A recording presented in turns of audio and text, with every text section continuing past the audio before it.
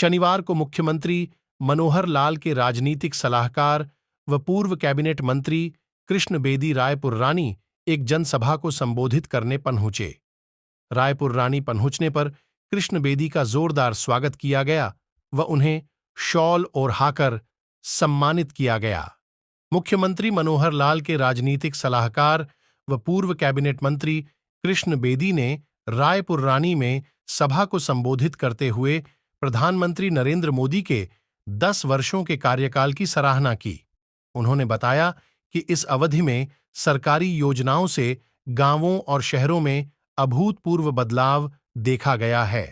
इस मौके पर जोगिंदर रत्ता पूर्व पार्षद शाहबाद, नीटू राणा पूर्व महामंत्री शाहबाद, सुखपाल, बलजीत सैनी, सतीश सैनी, दर्शन, कुकू सैनी, तरसेम सैनी, बलदेव सैनी, रोकी सैनी, अमन सैनी, प्रिंस सैनी, संजय गोपी सैनी, जगदीश सैनी, रामेश्वर दास, अरविंद सिंगला, रामपाल, मोहन, संजय वाल्मीकि, भारत सोनी, सुरजीत आदि मौजूद रहे।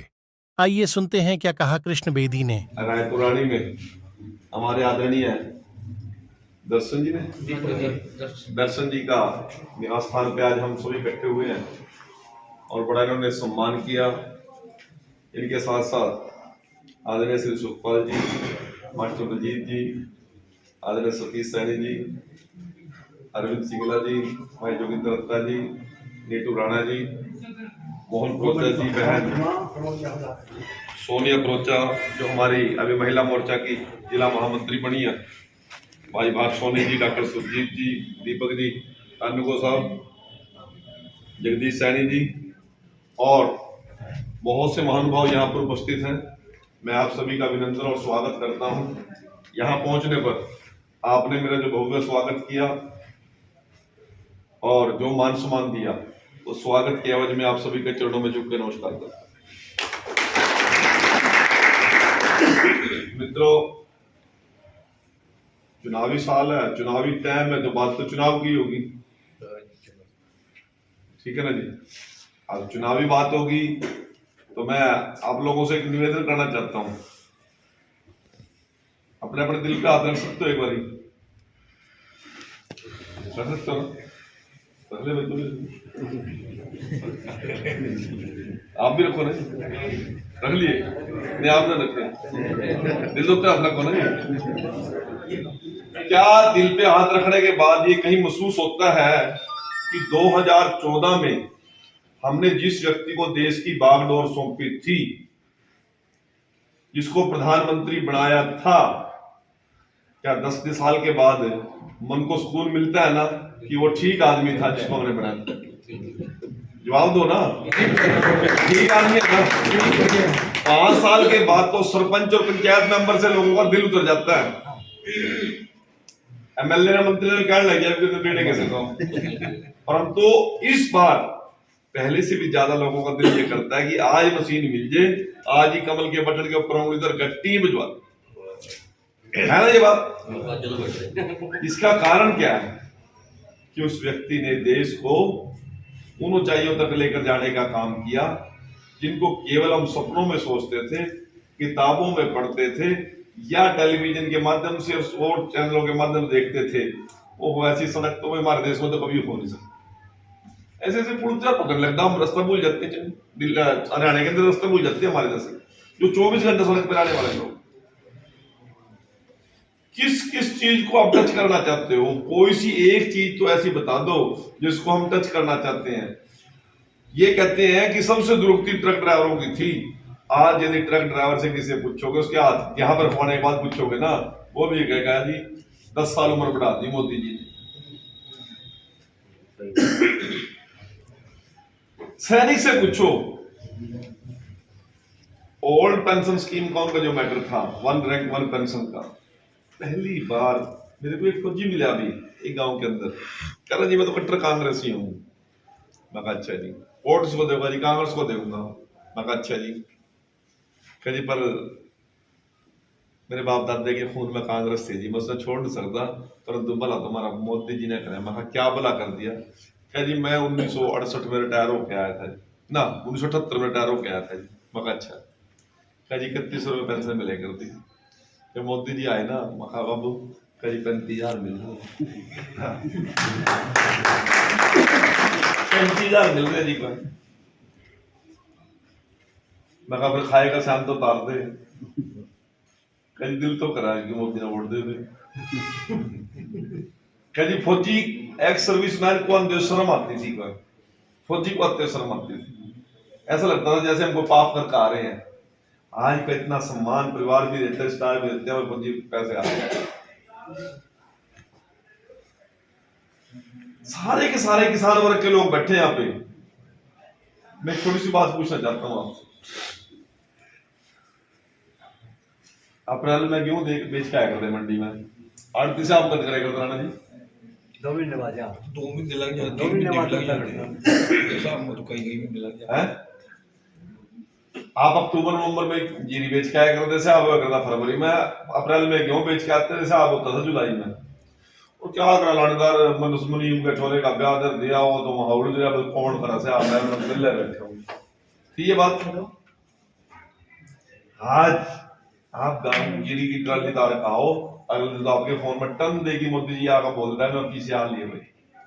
अब तेरा जी बता दो मेरी बात। और क्या, और कौन से अच्छे दिन चाहिए, और कौन से अच्छे दिन चाहिए? अब मेरी तो उम्र होगी 57 साल की थी, 10 साल पहले हमने तो कभी चांद में रोटी खाई नहीं। निर्बाध आदमी, हम 7 दिन तक खा के 11-12 बजे घर पहुंचे करते। जिस दिन 8 बजे भी गए उस दिन रोटी नहीं टाइम से खाई, उस दिन भी चांद में मुंह पर रोटी मारने टाइम तो लाइट भाग गई। गलत कह रहा क्या? ये मैं आपके लिए नहीं कह रहा, ये उस पीढ़ी के लिए कह रहा, क्योंकि जो 10-12 साल का लड़का था आज वो 22 साल का जो वोट देने जाएगा, उसने तो कांग्रेस का राज देखे ही नहीं, कांग्रेस के जुल्म देखे ही नहीं, कांग्रेस के अत्याचार सुने ही नहीं। उसने 10 साल से मोदी जी देखे, 10 साल से मनोहर लाल जी देखे, उसको तो यही दुनिया लग रही है। परंतु मैं आप लोगों को दावे के साथ कह सकता हूं, 24 घंटे लाइट देने का हमने देवीलाल जी के मुंह से भी सुना। आप कहोगे कल सुना, क्योंकि हम गठबंधन में रहे जिन्होंने, हमने बल्लाल जी से सुना, बंसीलाल जी से सुना, हुड्डा भी कहना मर गया, चौटाला जी भी कहना रहा। 24 घंटे लाइट के बारे में किसी ने सोचा नहीं। 24 घंटे लाइट देने की बात करें तो मनोहर लाल ने की, और देखे जिन तारों पे, बिजली की तारों पे गुड़िया की चुन्नी सूखे कर दी, आज वहां 24 घंटे लाइट चल। घास कट्टन का टाइम भी फिक्स था, 6 बजे लाइट आ गई, 4 बजे ताजी मैच गई, मुंह बाका लेके होती, मेरा पका 6 बजे के बाद ही पड़ेगा। पानी का टाइम भी फिक्स था।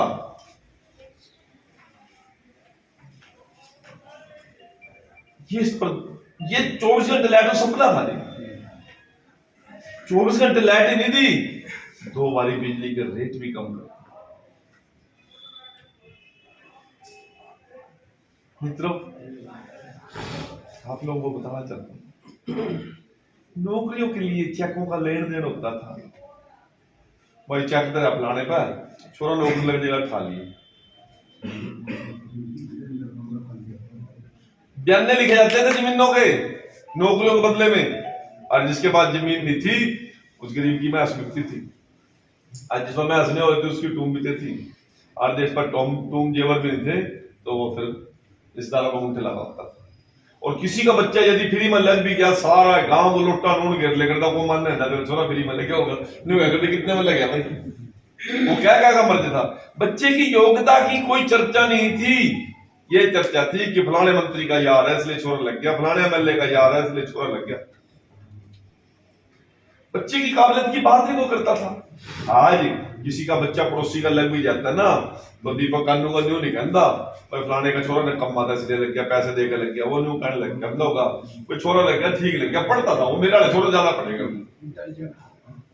तो योग्यता पे किसी बच्चे की आज कोई शक नहीं कर रहा। बात करते भाई जोगिंदर जी देश की सीमाओं, हैरानगी होती है। एक दिन मैंने बजट पढ़ा, केंद्र का बजट पढ़ा, ह्यूज बजट था। क्या किसका बजट था वो बजट था बस की सीट के पीछे लिखने का, ट्रेन की सीट के पीछे लिखने का, सिनेमा हॉल के बाहर लिखने का, रेलवे स्टेशनों पे, एयरपोर्ट पे क्या लिखने का। देखिए आपके आसपास कोई संदिग्ध वस्तु शायद बम हो सकता है, इसका बजट पास होता था। अब 10 साल से कहीं देखा लिखा है तुमने? बताइए कहीं देखा क्या? किसी ने नहीं देखी। देश के बाहर से जम्मू कश्मीर में तो आतंकवादी गलती से एंट्री कर सकता है, परंतु पठानकोट का बॉर्डर नहीं पार कर सकता, वहीं बैठ जाए। नहीं तो वहां से आतंकवादी चलते थे सूरत में, अहमदाबाद में, कानपुर में, दिल्ली में, भोपाल में, हैदराबाद में, बॉम्बे में ब्लास्ट करके चुपचाप चले जाते थे, और किस निर्दोष की जान ले जाते थे किसी को पता भी नहीं। इस भारत माता को डायन बोलते थे, आजम खान जैसे, जो सबसे बड़े गुंडे और आतंकवादी अपने आप को कहते थे, वो कह रहे थे हम उत्तर प्रदेश की जेल से बाहर रहने दो जी, मैं तो जेल में पड़ रहा हूँ जी, मैं मान तो नहीं लेता जी। क्यों? का योगी बाबा खड़ा है। तो मित्रों, ये सब कैसे संभव हुआ? ये मोदी जी ने नहीं किया, ये योगी जी ने नहीं किया, ये मनोहर लाल जी ने नहीं किया। ये किसने किया? ये तो आप लोगों ने किया, जिन्होंने 2014 में कमल का बटन दबाया, जिन्होंने 2019 में कमल का बटन दबाया।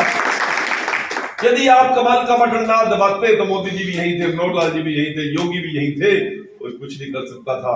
आप लोगों ने निर्णय कर लिया कि हम कमल का बटन दबाएंगे, तभी ये काम कर सकते। भारत ने स्वतंत्रता, राम मंदिर बना दिया, ये हमने नहीं बनाया, मोदी जी ने नहीं बनाया, ये तो इस देश के मतदाता ने बनाया। यदि वो ताकत ना देते तो मोदी जैसे आप जैसे सारे मिलने बैठे नहीं होंगे। जो मतदाता ने जो आशीर्वाद दिया, अपना बहुमूल्य योगदान दिया, एक निर्णय कर लिया कि राष्ट्रभक्त नेता को हमने देश की ताकत देनी है, उसके हाथ में हमने भागदौड़ देनी है, तब जाके ये ताकत मिली। तो इसलिए आप सभी से हम निवेदन करने के लिए आए हैं कि 2024 में भी पहले से ज्यादा ताकत देनी है। मोदी जी ने क्या बोला है? अब की बार 400 पार।